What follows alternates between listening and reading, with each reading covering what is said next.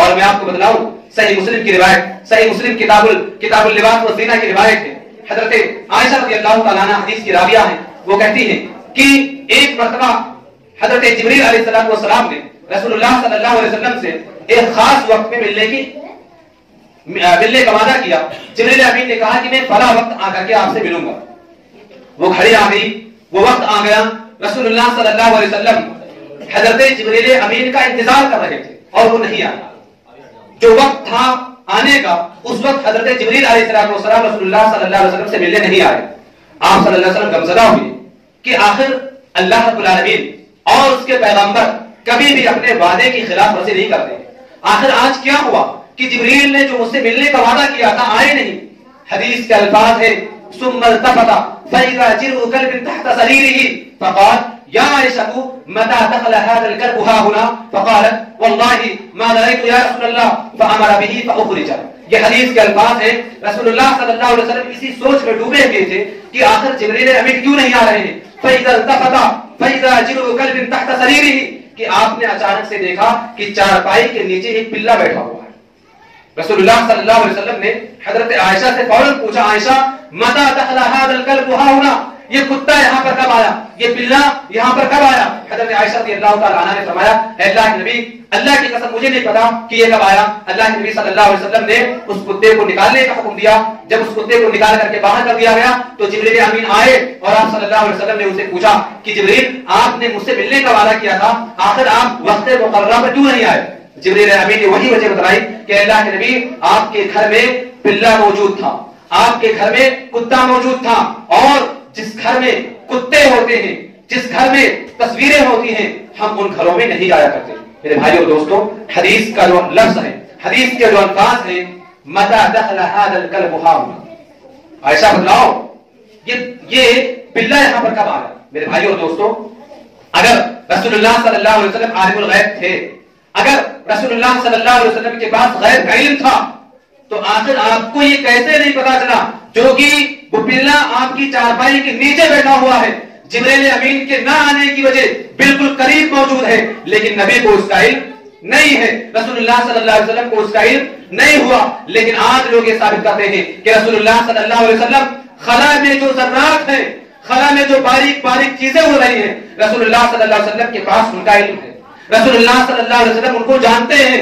افریقہ کے گھنے جنگلات کے کونے میں اگر کوئی باریک سا کیڑا موجود ہے، رسول اللہ صلی اللہ علیہ وسلم اس کو جانتے ہیں۔ رسول اللہ صلی اللہ علیہ وسلم زمین کی گہرائی میں اگر کوئی چھوٹی سی مخلوق موجود ہے جس کو آنکھوں سے دیکھنا ممکن نہیں ہے، آپ صلی اللہ علیہ وسلم اس کو بھی جانتے ہیں۔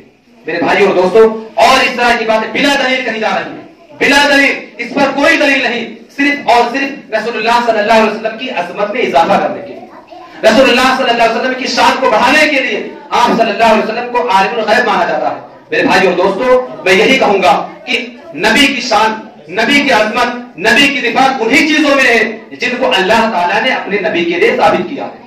جن کو اللہ تعالیٰ نے اپنے نبی کے لیے ثابت نہیں کیا ہے، ان کو ہم اپنی طرف سے ثابت کریں، منمانی کریں، اس میں نبی کی عزت نہیں ہے، اس میں نبی کی رفعت نہیں ہے، اس میں نبی کی شان نہیں ہے، بلکہ اس سے نبی کی توہین ہوتی ہے، اس سے نبی کی گستاخی ہوتی ہے۔ اور جو لوگ رسول اللہ صلی اللہ علیہ وسلم کو عالم الغیب مانتے ہیں، وہ رسول اللہ صلی اللہ علیہ وسلم کی توہین کرتے ہیں، وہ رسول اللہ صلی اللہ علیہ وسلم کے سلسلے میں گستاخی کرتے ہیں۔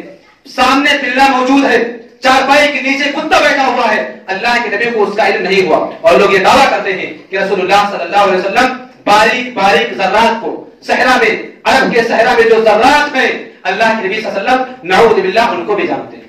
میرے بھائیو اور دوستو، یہ صفت صرف اور صرف اللہ رب العالمین کی ہے۔ اللہ رب العالمین جانتا ہے کہ زمین میں جتنے بھی درخت ہیں، ان درختوں میں جو پتے موجود ہیں، کون سا پتا کب گرے گا، کون سا پتا کب نیچے آئے گا، کون سا پتا کب سوکھے گا، ان تمام چیزوں کا علم صرف اور صرف اللہ رب العالمین کو ہے۔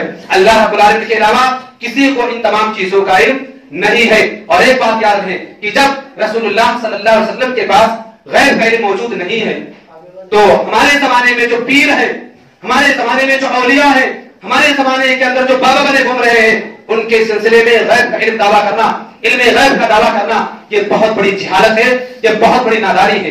جب رسول کے پاس غیب کا علم موجود نہیں تو آخر کس کے پاس، آخر اور کس کے پاس ہو سکتی ہے؟ میرے بھائی اور دوستو، غیب کا علم صرف اور صرف اللہ رب العالمین کے پاس ہے۔ اور ایک اخیر میں ایک اصول بیان کر کے بات کو ختم کر دوں گا. میرے علاوہ اگر آپ کہیں اور سنیں گے تو لوگ آپ کو کچھ ایسی حدیثیں، کچھ ایسے واقعات بتلا کر کے آپ کو اس بات پر ابھاریں گے، آپ کے عقیدے میں اس بات کو داخل کریں گے کہ رسول اللہ صلی اللہ علیہ وسلم عالم الغیب تھے. کچھ ایسے واقعات، وقت نہیں ہے ورنہ میں اس بات کو اور تفصیلی کر دیتا. میں ایک اصول بتلا رہا ہوں، ان اصولوں کو آپ لوگ اپنے ذہن کے اندر رکھیں اور ہمیشہ یاد رکھیں کہ قرآن و حدیث کو پڑھتے سمے یا کسی بھی واقعے کو پڑھتے سمے اگر یہ احساس ہو کہ رسول اللہ صلی اللہ علیہ وسلم عالم الغیب تھے تو آپ جان لیجئے کہ وہاں پر یہ اصول آپ پھر کریں، فوراً آپ سمجھ جائیں گے کہ رسول اللہ صلی اللہ علیہ وسلم عالم الغیب نہیں تھے. اللہ کے نبی صلی اللہ علیہ وسلم کو اللہ رب العالمین تقریباً 4 چیزوں کے ذریعہ سے غیب کی باتوں کو بتلا دیا کرتا تھا. اللہ رب العالمین یا تو براہ راست نبی سے گفتگو کرتا ہے، یا تو کوئی فرشتہ آ کر کے نبی کو خبر دیتا ہے کہ یہ چیز اس طرح ہے یا یہ چیز یہ ہے. کوئی فرشتہ آ کر کے اللہ رب العالمین کی جانب سے اس چیز کی خبر دیتا ہے، تب آپ کو پتہ چلتا ہے. اور اسی طرح سے یا تو آپ صلی اللہ علیہ وسلم کے دل میں وہ بات ڈال دی جاتی ہے اللہ رب العالمین کی جانب سے. اللہ رب العالمین کی جانب سے آپ صلی اللہ علیہ وسلم کے دل میں وہ بات ڈال دی جاتی ہے. آپ صلی اللہ علیہ وسلم بذات خود کسی چیز کو نہیں جان پاتے تھے، بذات خود آپ صلی اللہ علیہ وسلم کے پاس غیب کا علم موجود نہیں تھا. اور اسی طرح سے کبھی کبھی سچے خواب کے ذریعہ سے رسول اللہ صلی اللہ علیہ وسلم کو کچھ چیزیں بتلا دی جاتی تھی. میرے بھائی اور دوستو، آپ مجھے بتلائیں، اگر کسی چیز کی خبر دینے والا ایک دوسرا آدمی ہے جو کسی ذریعہ سے اس خبر کو دوسرے تک پہنچا رہا ہے، آپ مجھے بتلائیں کیا جس کے پاس وہ چیزیں پہنچ رہی ہیں، جس کے پاس وہ چیزیں آ رہی ہیں، کیا آپ اسے عالم الغیب مانیں گے؟ غیب کی چیزوں کو بتلانے والا اللہ رب العالمین ہے. اللہ تعالیٰ جبریل امین کے ذریعہ سے رسول اللہ صلی اللہ علیہ وسلم کو کچھ باتیں بتلا دیا کرتا تھا.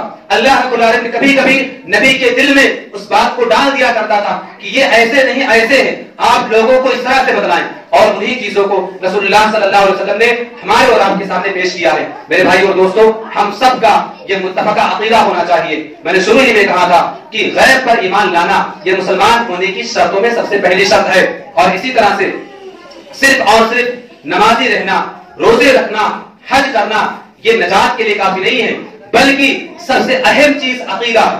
اگر آدمی کا عقیدہ درست ہے، اگر آدمی کا عقیدہ صحیح سالم ہے تو وہ آدمی آخرت پہ کامیاب ہوگا. لیکن اگر عقیدے کے اندر خرابی ہے، عقیدہ اگر صحیح نہیں ہے تو آپ لاکھ عبادتیں کر کے جائیں، لاکھ نیکیاں کر کے جائیں، وہ تمام کی تمام نیکیاں روئی کی طرح اڑا دی جائیں گی. میرے بھائی اور دوستو، ہمیں ہمیشہ اپنے عقیدے کو دیکھنا چاہیے، ہمیں ہمیشہ اپنے عقیدے کو دیکھنا چاہیے، پرکھنا چاہیے. جو چیزیں اللہ رب العالمین کے لیے ہیں ان چیزوں کو اللہ کے لیے رکھیں، اور جو چیزیں رسول اللہ کے لیے ہیں ان کو رسول اللہ کے لیے رکھیں. رسول اللہ صلی اللہ علیہ وسلم کی شان میں، رسول اللہ صلی اللہ علیہ وسلم کی شان میں محبت میں کوئی چیز ہم اپنی طرف سے نہ کریں، بلکہ قرآن و حدیث کے اندر جو چیزیں بیان کی گئی ہیں رسول اللہ صلی اللہ علیہ وسلم کے سلسلے میں انہی چیزوں پر اکتفا کریں. انہی چیزوں کو ہم اپنے عقیدے کا حصہ بنائیں.